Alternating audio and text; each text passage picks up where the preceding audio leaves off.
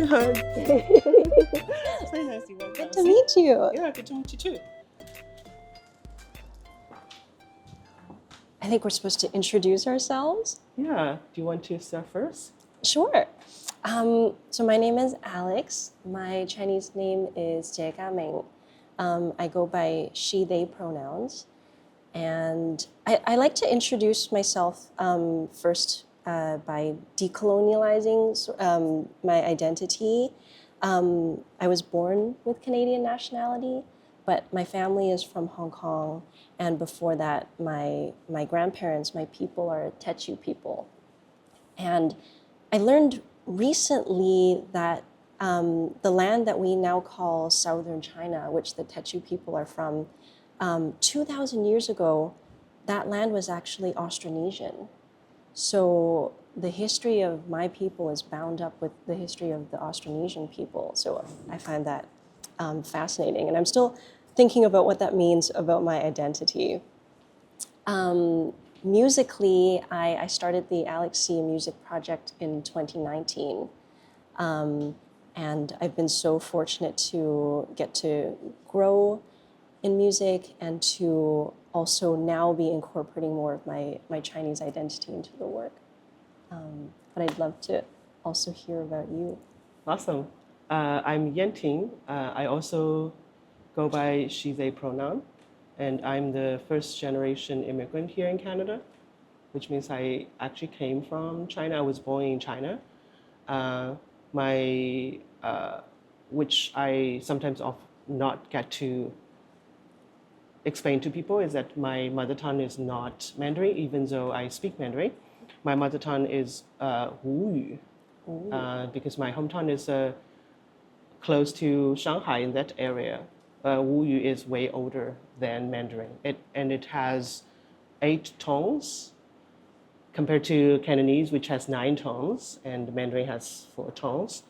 I personally do think Wu Yu is a way, how to say, a very beautiful and a very Asian but lively language, which I don't often get to speak in Canada.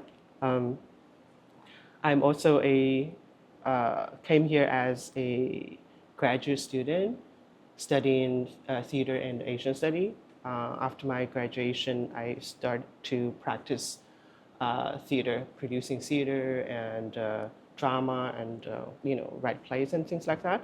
Recently, my practice switched to more of personal storytelling and event building for especially people who are not familiar with theater yet, people who are not familiar with personal storytelling, who haven't found their voice yet. So by doing that, I really feel that I'm not only helping to empower the community, but also find a better world. Yeah, that's pretty much what I can share with you for now. Oh, that's beautiful, thank you. So I started doing music in 2019, which I guess is a few years ago now, but it still feels very recent. I think it's because of the way I started. I started with no experience, no connections. I didn't even have friends that did music. So I think the feeling of being a newcomer, being a beginner is really embedded into me, and I don't know if that's going to change regardless of how long I'm doing this. And so it was really a process of learning, like, what does it mean to be a musician? Right. How do I describe who I am? What is it like? What is my story? Who are the right people to be with that will lift me up? Like that was all a process of building. And it's been really fun. It's also fun to get to build from scratch. I didn't realize that I'd have to learn. This is funny saying this to someone who works in theater. I didn't know I'd have to learn how to act right. When doing my music videos. I have no experience in that. I actually never even liked being on camera. Before doing music, I was too shy to be seen right. in a way. And deciding to do music forced me to, well, now you don't just have to be on camera. You have to learn how to model, how to hold your shoulders, Right. all these things. And that's been great. I've enjoyed being pushed out of my comfort zone. And I'm really grateful that I've gotten opportunities, for example, from Jade Music Festival, to play Taiwan, right? I really wanted to push my boundaries there. Like I choreographed a song, I sang in 4 languages, I learned how to speak to the crowd in Mandarin. So these are all things I never would have thought I would get to do. So it's all been really exciting, and I guess I'm still just getting started. Awesome. So, when you say you started from scratch without any music experience, or so what is the? I, can you describe the moment that you kind of feel like, oh, music is the best way to express myself, or how do you find that? I think, like, I really feel like I grew up as a small Asian girl in a very patriarchal society where, you perform but you're not seen. And, you are valued for what you can contribute, but Right. you don't necessarily need to contribute your opinion. I'm not going to say that's the experience of all Chinese people, but that was definitely my experience. And so I really feel like there was something in me that said, if you are good at music, if you somehow, can express yourself to a certain standard or quality, then you can be heard. Right. I don't know if that's true of all artists. I'm sure that's true of many artists. So I was fortunate to get music lessons, Right. and I guess that's just how I found my way. So, yeah, I don't know. You work with so many different artists. Like, is this a story that you might hear commonly? Yeah, I work with other musicians, and I often ask them how they start and what they feel like expressing themselves in as a musician. Because as a musician, a lot of time you are playing, um, you know, the piece that has already been created, or when you start to create your own piece, and you are the one deciding which information you want to put in there, and that is when you start to express yourself. But it's very interesting when you describe yourself start as a small Asian girl. I literally feel the same way, even though I'm big, right? In height, I'm pretty tall even when I was a little girl.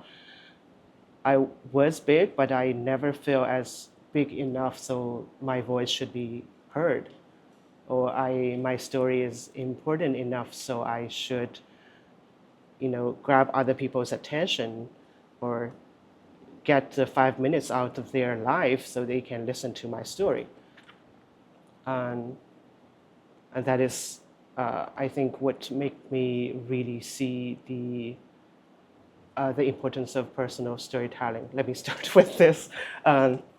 So in I think 2009, I first met with Deborah Williams, who is a storytelling master and who is also one of the co-creator of Mom the Word, a true personal storytelling show. It's a drama. It's a theater production based on the true experience of Canadian women, and they are telling their story first as new mom with newborn baby, and then being moms of teenagers and being moms of grown up adults, and pretty much it's a evolving series of storytelling based on their true life. So later on, I decided to join Deb's workshop and start learning how to do personal storytelling in the flame style, and also pass on the skill and teaching other people who are new immigrants, who are using English as a second language, who are small potatoes thinking that themselves are nothing and not worthy of telling a story on stage. once I start doing that, I see how personal storytelling empowers everyone, not only the storyteller but also the story listener, and how many people kind of from being part of the audience member go on stage and tell a story of their own. And that make me becoming more interested in other people and the rest of the world. And whenever I meet someone, I'll start ask, oh, what is your story, right? How did you start doing something? So that is, I think, how my artistic practice kind of evolves over these years, starting from me being like not interested, not doing anything, to open up and start trying and spreading the word and helping other people and presenting more stories and creating more shows.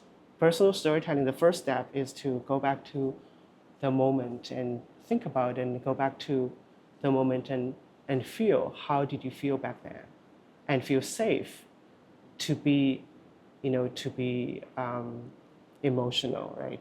To be sad, to be desperate, to be joyful, or to feel sexy.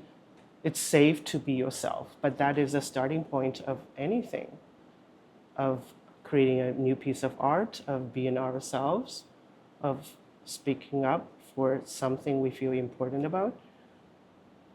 That is often lack in a lot of, I think, the early life experience of any Asian women. Mm-hmm.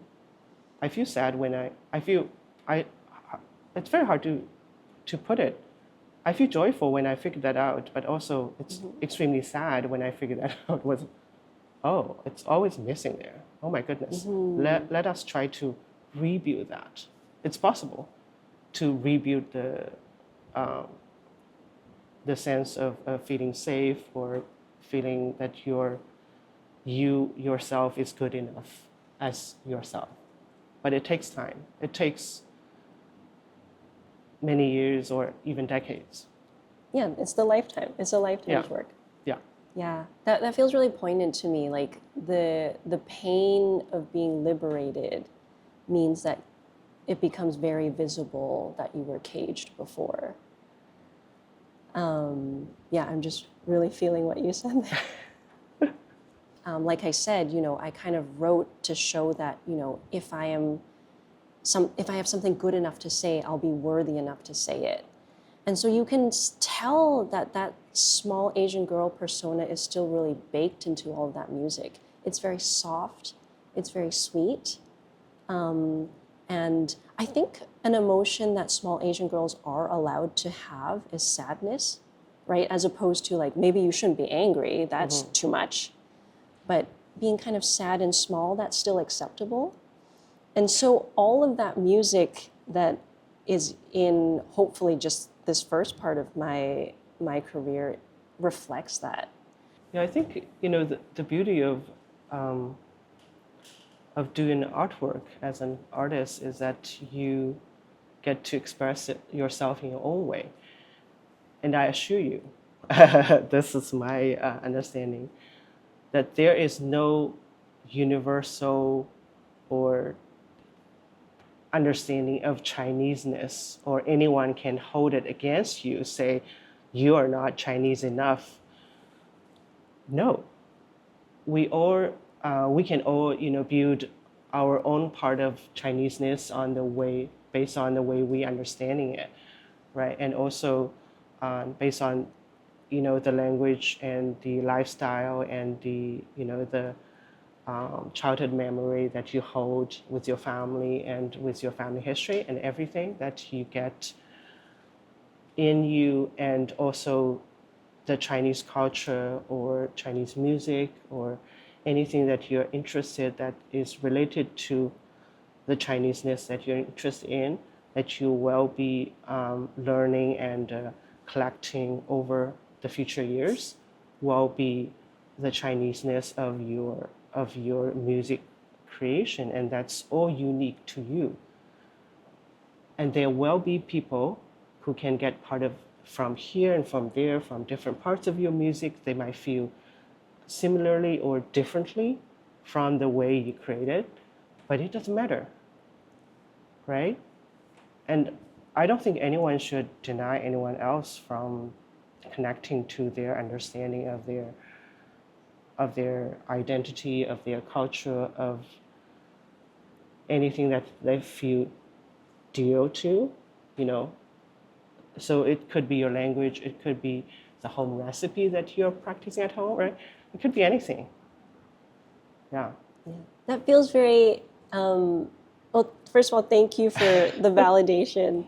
And that also feels very in line with your work of like, there's no gatekeeping what it means to be Chinese, and there's no gatekeeping what it means to be an artist or to do theater.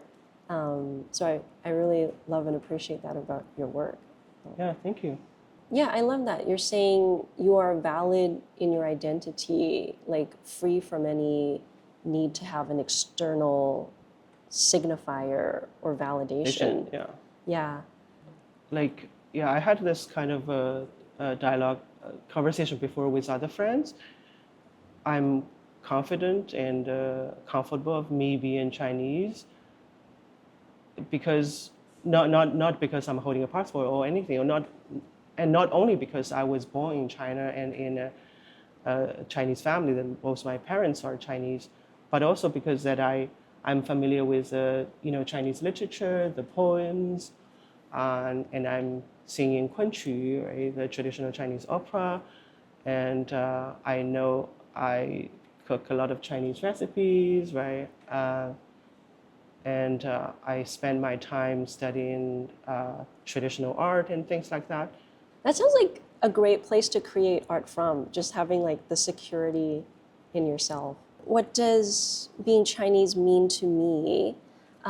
Made me think about some experiences that I hear from people who have immigrated from Africa. When they come to what we call North America, right, Turtle Island, they are surprised because the mainstream just sees them as black. Versus when you are African, you're actually Sudanese, Congolese, you're from Eswatini, you're from Mozambique. And when they come here, we only understand them as black. So there's a flattening of their identity that happens when they come here, right? They go from being three-dimensional to two-dimensional. Mm-hmm. Now for me, it's interesting because it's the opposite, right? I was in a way born flat. I was born two-dimensional. And I didn't know all these different ways of being Chinese that were possible. And so for me now, it's been such an enriching and nourishing process for me to learn what does it mean to be Chinese? Because being Chinese is different if you are in New York versus in Vancouver, right? Being Chinese is different if you're in a small city or small town versus in a big city. When you're outside of China, there is a two-dimensional understanding, a kind of flatter understanding of Chinese. When people ask, "Oh, where are you from?" "I'm from China." "Okay, do you speak Cantonese or Mandarin?" "I speak Mandarin." "Oh, okay."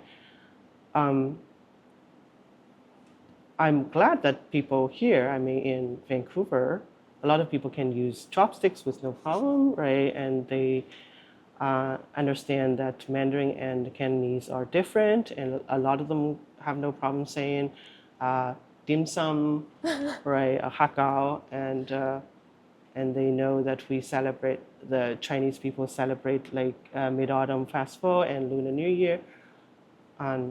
But also on the other side, I do feel like there is, I mean, I think this is something quite common, not only to Chinese, but also to anything that we know a very basic minimum of, that we will build a stereotype over it because we only have like 1, 2, 3 pieces of information of a certain thing, then that's all we know about it.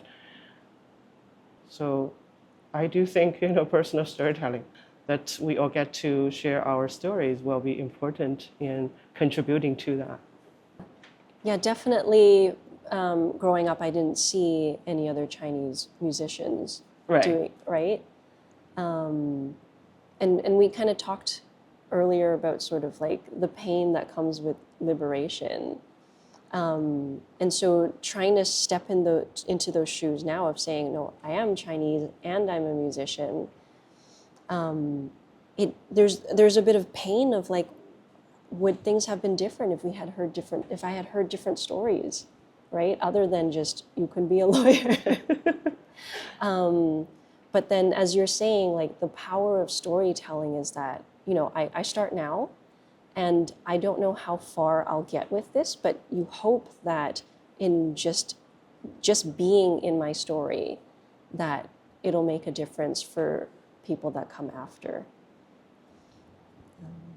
Yeah, and also you probably already feel the power of when you are the one telling your story, instead of letting someone else tell your story.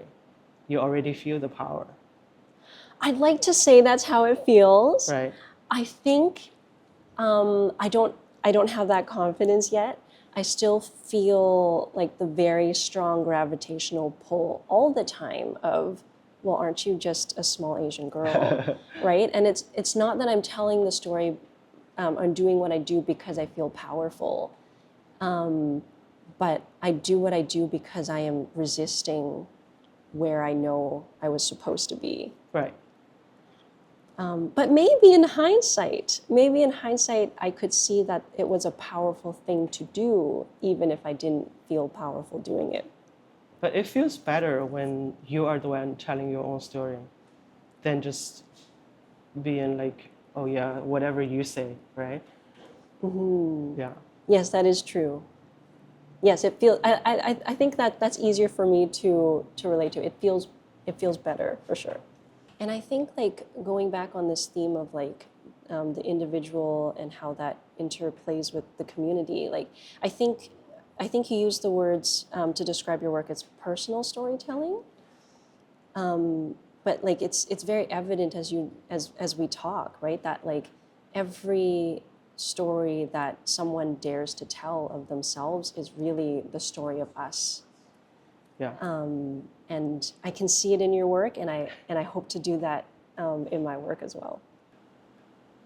Telling the story of others through my music, I would love to be able to do that. Like I feel a little bit envious when I hear about your artistry and how you're so seamlessly like incorporating the community into your artistry. There might be times that people, based on their past experience, formed a certain understanding of Chineseness that doesn't fit my identity perfectly. I don't normally get frustrated or desperate or anything. I just start check. Oh, so what makes you think this way? And what is your impression based on? That sounds like a freedom that you have. I don't think I'm as cool as you. I get very bothered. Yeah, thank you. It's very nice chatting with you today. And also, I do love your music. Thank I you. checked your website. If you haven't, please do so. And I would love to, please let me know when your next album coming out. Awesome. Mm-hmm. Thank you, everyone. Thank you.